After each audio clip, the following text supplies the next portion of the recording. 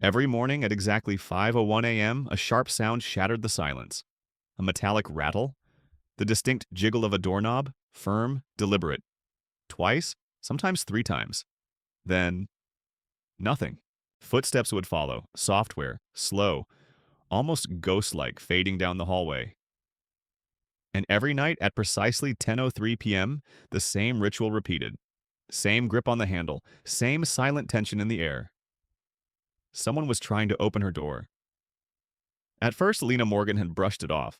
Probably just a neighbor. Wrong floor. A harmless mistake. She didn't worry, not really. But by the fourth day, that theory collapsed. And with each passing day, a cold realization began to settle inside her like slow poison. This wasn't confusion, this was routine. It had been 18 days. 18 days of someone trying to enter her apartment. Twice a day, every day, same time, no knocking, no words, not even hesitation. Just the turn of a doorknob. A pause. And then footsteps fading into the hallway, like it was all part of some private ritual written into their bones. Lena lived alone on the third floor of a quiet apartment complex in Raleigh, North Carolina. Her life was peaceful, predictable, precise. But now the sound of a turning doorknob had become the heartbeat of her anxiety. She no longer slept through the night. Her body began to wake up on its own, minutes before 5:01, like a guard dog trained by fear. She'd lie in bed in the dark, her heart pounding louder than the silence. And she'd wait. Listen. And every time, he came back. The soft shuffle of feet, then the doorknob. Jiggle, jiggle. Always the same, always on time. Eventually, Lena began tracking it. She kept a notebook, columns, arrows, X's, times, hypotheses. She knew this wasn't random anymore. It was a pattern, a rhythm, a will. And the part that frightened her the most? He had never tried to break in, never knocked, never spoke, never raised his voice. But he kept coming. It was as if he knew something, as if he was just waiting for the lock to fail. And that night, standing barefoot behind the door, Lena held her breath. Her ear pressed against the wood. She felt him, right there, so close, so still. And she whispered, barely audible, "This isn't your home. It never was." But somewhere deep inside her, something else whispered back, "This isn't over. Not yet." Lena was 22 years old, living on her own for just under a year. Her apartment was in an old but quiet building on the outskirts of Asheville, North Carolina. A cozy little third-floor unit. 2 rooms, creaky wooden floors, white painted walls, a narrow but fully stocked kitchen, and a sliding glass door that opened onto the view of warm red rooftops. It had once felt like home, but not anymore. She wasn't scared easily, not naive. She didn't expect miracles from her neighbors or hope for hallway friendships. She liked her solitude. She shaped it, guarded it. Her days unfolded in silence. Zoom calls with her architecture school, working on models, endless cups of coffee, and playlists humming in the background. Evenings were for drawing, or reading, or simply breathing in the quiet. Her world was predictable, organized, peaceful. But the building itself? It had its own secrets. 5 floors, 1 central staircase, an elevator that broke down every other day. All the doors looked the same, dull gray with silver handles and a peephole right in the middle. There was no superintendent, just a corkboard in the lobby, covered with crooked flyers and badly written notes. Looking for emergency babysitter, a 4th floor. Please close the trash room door, thank you. Lena didn't really know anyone, just the old lady on the 2nd floor who rarely left her apartment, and a young couple upstairs who had too many friends and too little awareness of volume. Everyone else? Just shadows. Men in suits coming home late, rushed footsteps in the stairwell, muffled voices behind thin walls. And then there was him. He came every day, at 5:01 a.m. and again at 10:03 p.m. Lena didn't know who he was. She had never seen his face, never heard his voice, only the sound of his footsteps and the faint creak of her doorknob. Sometimes when she pressed her ear a little closer, she thought she heard him muttering, whispers, fragments of sentences that barely reached her. "It's not usually locked. She never locked it before. I have the key, I know I do. But when she held her breath and leaned into the wood, there was only silence. And that unbearable tension. She had once tried to listen as he walked away, hoping to catch the sound of which door he entered, what floor he climbed to. But the echoes disappeared too quickly, swallowed by the old walls. And fear, that silent, irrational fear, kept her from doing more. What she did know was simple. He always came back. He never missed a visit. And that precision, that eerie, almost sacred consistency, that's what disturbed her the most. This wasn't an accident. It wasn't confusion. It was a ritual. Lena had always been logical, rational, methodical. In architecture school, if a design didn't make sense, she returned to the foundation. If a measurement felt off, she redrew the lines until everything aligned again. So naturally, she tried to explain what was happening. She told herself it must be a confused neighbor, a newcomer, maybe an older man, slightly disoriented. Perhaps he had the wrong floor. The identical gray doors might be misleading him. It made sense. Or maybe Alzheimer's? The thought unsettled her, but she couldn't rule it out. There were illnesses that erased the present, that blurred time and space, that made you forget where you lived, why you were standing there, even what you were reaching for. If that was the case, then maybe this wasn't a threat. Maybe it was someone in distress, but something didn't add up, because this man, he already lived in the building. Lena had seen him. Once, maybe twice. Just a passing glance. A figure in the stairwell. She had never connected that fleeting silhouette with the one turning her doorknob. But now, she was almost certain. He wasn't a stranger. He wasn't just passing through. And there was one detail she couldn't let go of. He came at the exact same time, every day. 5:01 a.m., 10:03 p.m. on the dot. Someone truly confused wouldn't be that precise. Someone disoriented wouldn't knock like clockwork. Twice a day, every day? Like a machine stuck in a loop. So she started to doubt herself instead. Maybe she was overreacting. Maybe the sound wasn't what she thought it was. Maybe fear had twisted something harmless into something sinister. She even stopped telling her friends about it. The last time she mentioned it, one of them had laughed, awkwardly. Some old guy with dementia? Lena, you seriously need to stop watching so many thrillers. But she knew what she had heard, what she had written down, what she felt every single time the doorknob turned, slowly like someone trying to remember how to come home. And then, there were the words. Sometimes through the door she could make out whispers, just fragments. A man's breath. Low, software. Like he was speaking to no one. She's not opening today either. I'll try again, maybe tonight. They weren't said to her, not directly. They weren't demands, not even questions, just something else, something quieter, sadder. Like he was speaking to a memory. And that's what disturbed her most. It wasn't that he was looking for her. It didn't even seem like he cared who lived behind that door now. He was looking for someone else, someone who used to live there. It was as if the apartment still belonged to a ghost from his past, and he had never accepted that time had moved on. And day after day, Lena stopped doubting. What she was living through, it wasn't a coincidence. It wasn't a misunderstanding. It wasn't a ghost story her mind had built out of boredom or fear.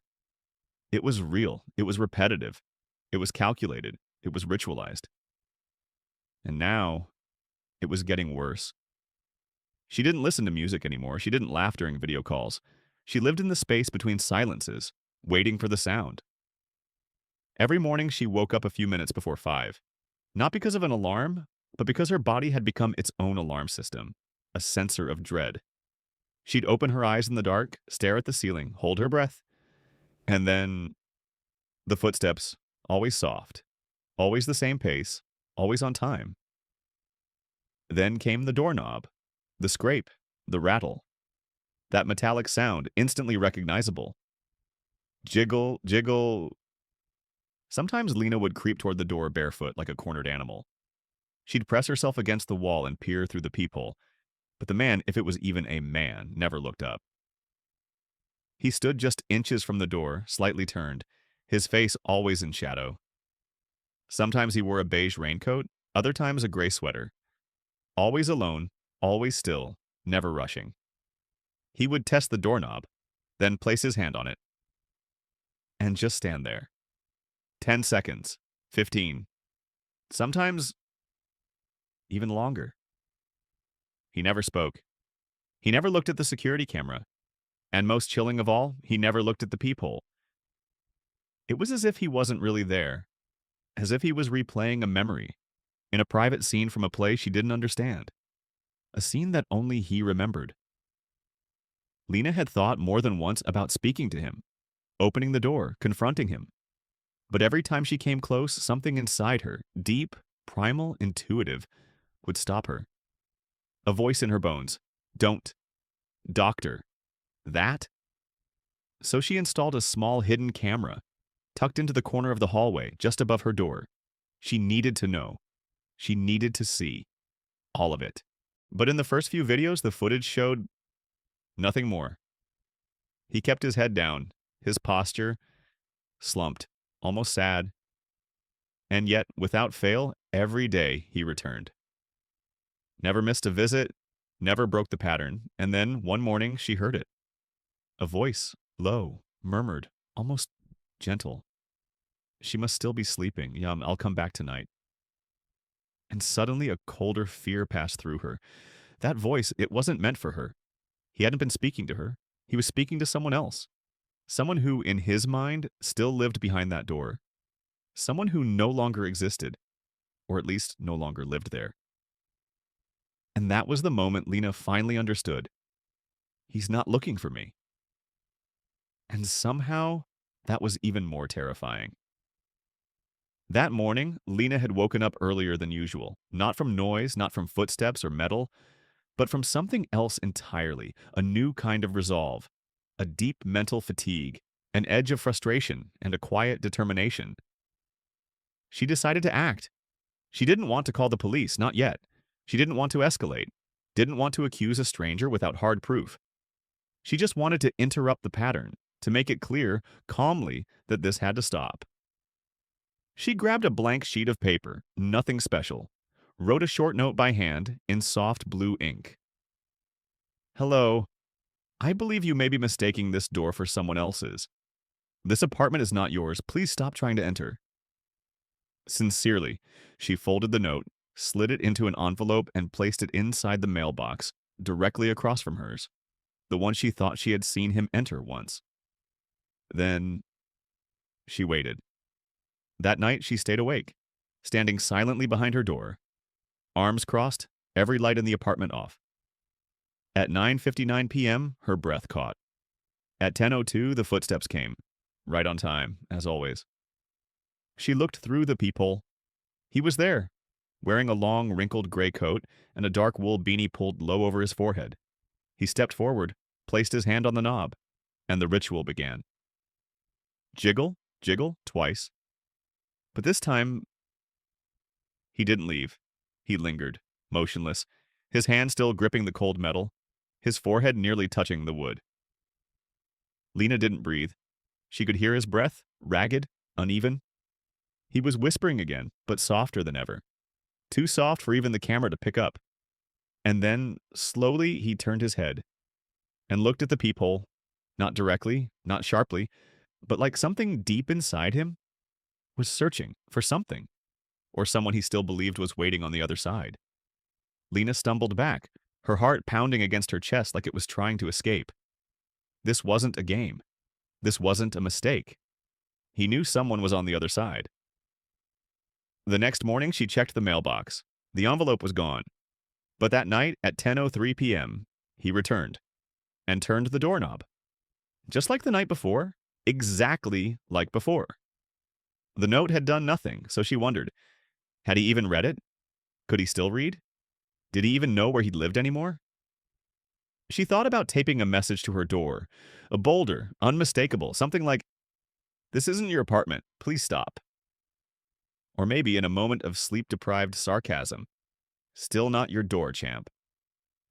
But she stopped herself, because this wasn't funny anymore. Maybe it had been, briefly, when all of it still felt absurd. But now it was something else. Worrisome, deeply human, and dangerous. And for the first time, Lena wondered if the problem wasn't intent, but memory. Something stuck. Someone who no longer understood where he was. On the night of March 19th at 9:58 p.m., Lena was already standing behind the door. She didn't know why this night felt different. Maybe it was the silence, heavier than usual. Maybe it was the strange kind of exhaustion clinging to her skin like static. The whole building felt frozen. No creaking floorboards, no voices, no footsteps. And yet, she knew. She felt it. He was coming. At exactly 10:03 p.m., he arrived. His steps were slower this time, heavier. Then the sound. Jiggle, jiggle. But this time, he didn't stop at that. He shook the doorknob once, twice, 3 times, harder, more desperate, as if willing the lock to break. Lena's instincts kicked in. She pressed her palm firmly against the lock, as if that alone could reinforce the barrier between them. She held her breath. Her heartbeat thundered so loudly she thought she could hear it in the walls. And then she saw the shadow, through the peephole. He was there, still, hand on the doorknob, but this time, he wasn't whispering, no words, no muttering, just breathing, heavy, labored, almost frantic. He looked lost, or angry, or maybe both. And then he pressed his forehead against the door. Not his hand, his forehead, as if he were trying to enter through thought alone, as if he were trying to merge with the door, to dissolve the barrier between himself and what he still believed was home. He stayed like that for over a minute. Lena didn't move. She was trembling. A single bead of sweat traced a slow, chilling path between her shoulder blades. She knew, if he pressed harder, if he tried to force it, really forced it, there'd be nothing she could do. Maybe the lock would hold. But her calm? It was already cracking. Finally, he stepped back, slowly, like a man drifting through another dimension. He didn't look at the peephole, didn't glance up. He just turned and walked away. No words, no sound. That night, Lena didn't turn off the light. She stayed awake until dawn, phone fully charged, camera running, and a chair wedged under the door handle. She realized this wasn't someone just watching her. She was being visited. The next morning, she knocked on the building manager's office. She explained everything, showed the videos. But the response came in a tired, dismissive tone. "He's an elderly man, ma'am. He's lived here for a long time. You're the first to complain." As if that explained everything. As if being here first gave him the right. As if none of it mattered because he hadn't succeeded. And in that moment, Lena understood something clearly. She was alone. If anything was going to change, it wouldn't be because someone stepped in. It would be because she acted. That night, she opened her laptop. She started digging. She wanted answers. Who had lived in her apartment before her? And more importantly, who did the man across the hall still think he was coming to see? It was just past noon the next day when her intercom buzzed unexpectedly. A woman's voice, breathless, came through. "Hi, sorry to bother you. I'm looking for my father, Mr. Brisset. I haven't heard from him in 2 days. I think he lives on your floor." Brisset. The name hit her like a punch to the chest. Brisset, that was the name half-faded in gold letters on the mailbox across from hers. The same box where she had slipped the letter, the same one she had watched for weeks. She rushed downstairs. The woman was waiting in the lobby. A long coat draped over her shoulders, her face worn by worry and sleepless nights. Her name was Emily Brisset, mid-50s, and she carried the weight of the world in her eyes. They went upstairs together. Emily knocked gently, but for a long time, at her father's door. No answer. Then, finally, a soft click. The door opened, slowly, and for the first time, Lena saw him. Mr. Brisset, mid-60s, thin, disheveled gray hair. His eyes were distant, unfocused. His shirt was buttoned wrong, and he wore slippers. He didn't seem surprised to see them, or afraid, just elsewhere. He opened his mouth, but no words came. Emily stepped in quietly, greeted him, helped him sit, then turned back toward Lena, her voice trembling. I'm so sorry, truly. My father has dementia. He has episodes, wandering. He clings to old memories, old habits. He forgets the present. He thinks this is still his home. Lena felt her chest tighten, her heartbeat rising again. What do you mean, his home? Emily took a breath, then pointed directly at Lena's apartment. He lived there for over 30 years with my mother. She died there, the year she turned 60. After she passed, we convinced him to sell. He moved across the hall, but sometimes he forgets. He comes back here, twice a day, when she used to make breakfast, and when they read together in the evening. Lena froze. A part of her had expected tragedy, but not this. Not a pain caught on loop, replayed every day in the simple act of turning a doorknob, hoping the past would answer. He's not trying to get into your apartment, Emily said softly. He's trying to go back to hers. The silence that followed wasn't tense. It wasn't hostile. It was sad, heavy, and human. Lena nodded slowly. She understood now. She understood why the letter hadn't worked, why the timing was always exact, why he never looked at the camera, why he never spoke to her. He was speaking to an absence. After that, nothing was quite the same. The doorknob still jiggled at 5 a.m. and 10 p.m., but she wasn't afraid anymore. They weren't intrusions. They were silent appointments between a man and a ghost he refused to let go.